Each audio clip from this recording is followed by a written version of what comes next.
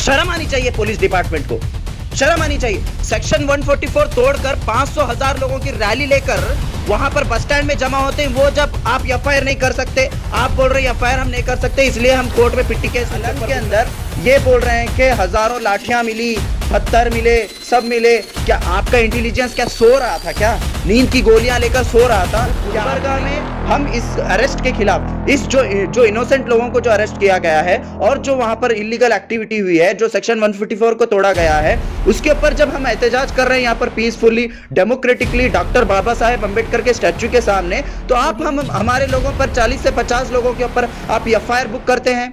मैं Gulbarga district administration से एक सवाल पूछना चाहता हूं, why this Kolaveri? Why this Kolaveri? जब सेक्शन 144 तोड़कर वक्फ बोर्ड के ट्रिब्यूनल का जो ऑर्डर है उसको तोड़कर 500,000 लोगों की रैली लेकर एक शासक, एक union minister government degree college के अंदर पनाह लेते, गवर्नमेंट फायर स्टेशन पर पनाह लेते अलंद के, और उसके बाद गवर्नमेंट बस स्टैंड में जमा होकर वो एहतजाज करते, लेकिन कोई उसके ऊपर बात नहीं करता, कोई उसके ऊपर एफआईआर नहीं होता, कोई उसके ऊपर कार्रवाई नहीं होती। जब इसके बारे में एसपी मैडम से सवाल किया जाता तो एसपी मैडम बोलते मैं वर्दी पहनकर बैठी हूं, यहां पर किसी का पक्षपात करने के लिए नहीं बैठी हूं बोलकर एसपी मैडम बोलते हैं। लेकिन एसपी मैडम सिर्फ उन लोगों के ऊपर सेक्शन 144 तोड़ने पर सिर्फ और सिर्फ कोर्ट में एक पिट्टी केस, एक पिट्टी कंप्लेंट दर्ज किए हैं। उसके अलावा उन लोगों के ऊपर कोई कार्रवाई नहीं करे। जो गवर्नमेंट डिग्री कॉलेज में वो लोग जमा होकर वहां पर झंडों के साथ बड़ी बड़ी लाठियां लेकर खड़े हो गए थे, उनके पास पूरा प्रिपरेशन था, सब कुछ रहने के बावजूद, और ओपनली सोशल मीडिया पे वो हिंदू बनाम संगठन के नाम से वो लोग डाल रहे थे कि हम दरगाह, लाडले मशाक की दरगाह को तोड़ेंगे और वहां पर मंदिर बनाएंगे। ऐसे ऐसे स्टेटस व्हाट्सएप पे रख रहे थे जिसको कम्युनल हार्मोनी को डिस्टर्ब करने के लिए पूरे तमाम चीजें वो लोग वहां पर कर रहे थे।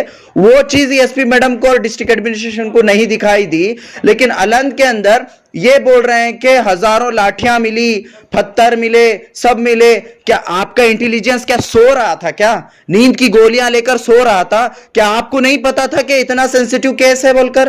क्या आपको नहीं मालूम था? क्या आपको नहीं पता था इसके बारे में?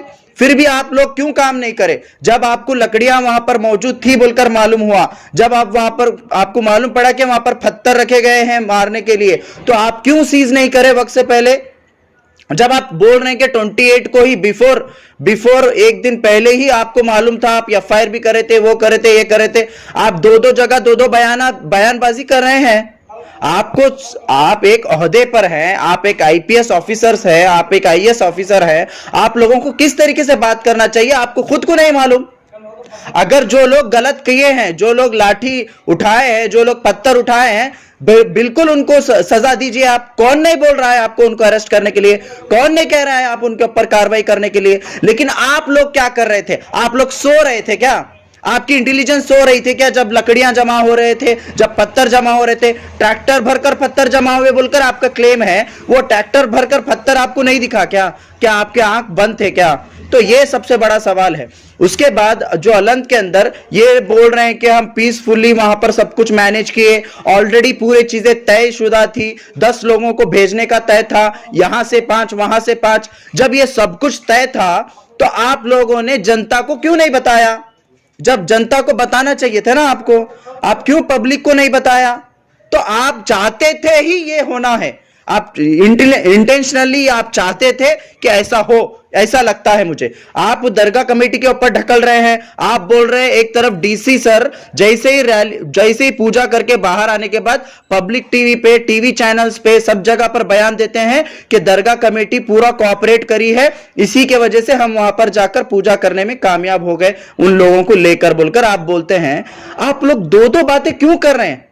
क्या आप लोग कर रहे हैं? दरगाह कमेटी एक तरफ आपको कोऑपरेट भी कर रही है, आप बोलते हैं, फिर उनके ऊपर बड़े बड़े सेक्शंस डालकर उन लोगों को, तमाम लोगों को आप अरेस्ट करे हैं, और उन तमाम लोगों को वो बाकी के लोग भाग गए हैं डर से। अब दोनों तरफ आप ही बात कर रहे हैं, ये कैसी बात कर रहे हैं आप? तो टोटली कंफ्यूजन क्रिएट कर रहे हैं अवाम के अंदर।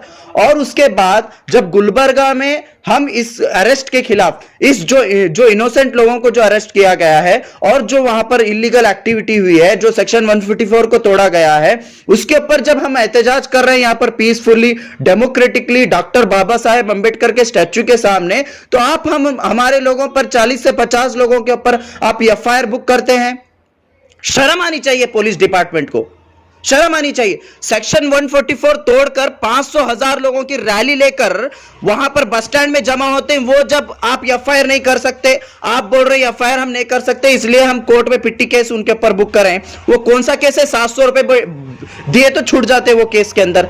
लेकिन यहां पर जो पीसफुली, जहां पर सेक्शन 154 नहीं है, कुछ भी नहीं है, पीसफुली जमा होकर एक साइड पर खड़े होकर, कोई ट्रैफिक डिस्टर्बेंस नहीं, वहां पर खड़े होकर प्रोटेस्ट कर रहे हैं, तो उनके ऊपर एफआईआर बुक करते हैं आप। तो यहां पर क्लियरली समझ में आता है कि डिस्ट्रिक्ट एडमिनिस्ट्रेशन टोटली बायास्ड होकर काम कर रहा है। तो इसी के लिए हम सरकार से डिमांड करते हैं कि इमीडिएटली इसके ऊपर फेयर एंड क्लियर इन्वेस्टिगेशन हो। हम लोग भी फैक्ट फाइंडिंग रिपोर्ट निकालेंगे और फैक्ट फाइंडिंग के साथ में एसपी और डीसी और जितने भी यूनियन मिनिस्टर और जितने भी लोगों को कटघरे में खड़ा करेंगे। हम लोग वुमेन राइट्स जाएंगे और women and children welfare department को जाएंगे।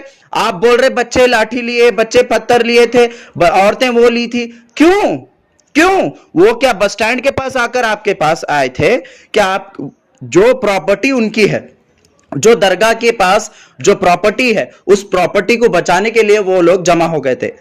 वहां पर क्या हुआ?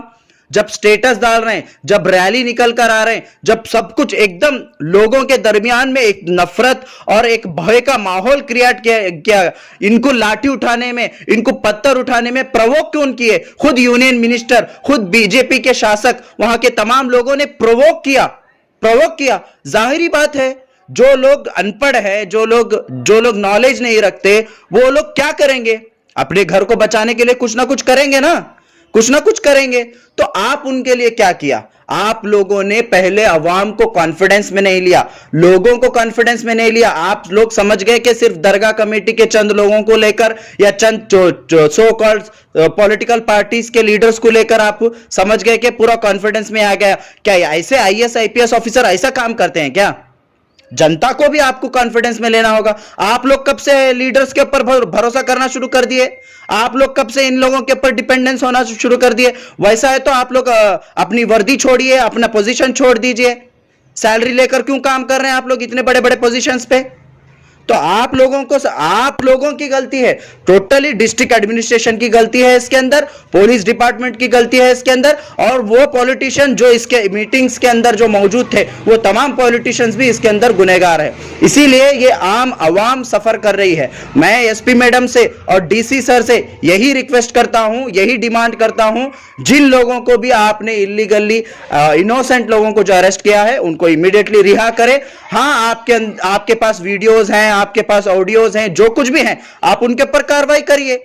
इनोसेंट्स को छोड़ दीजिए, उनको ऊपर हरास मत करिए, और वहां जो 144 लगाया गया है उसको नॉर्मलाइज करिए और जो रेगुलराइज करिए दरगाह को। वहां पर अभी तक अज़ान नहीं हुई है, अभी तक नमाज नहीं हो रही है, जियारत नहीं हो रही है, रेगुलराइज करिए। बहुत सारे लोग वहां पर परेशान हैं, वहां पर रोजमर्रा की चीजें परेशान हैं, तो वहां पर नॉर्मलाइज करिए और लोगों को आसानी करके दीजिए। यही मेरा डिमांड है।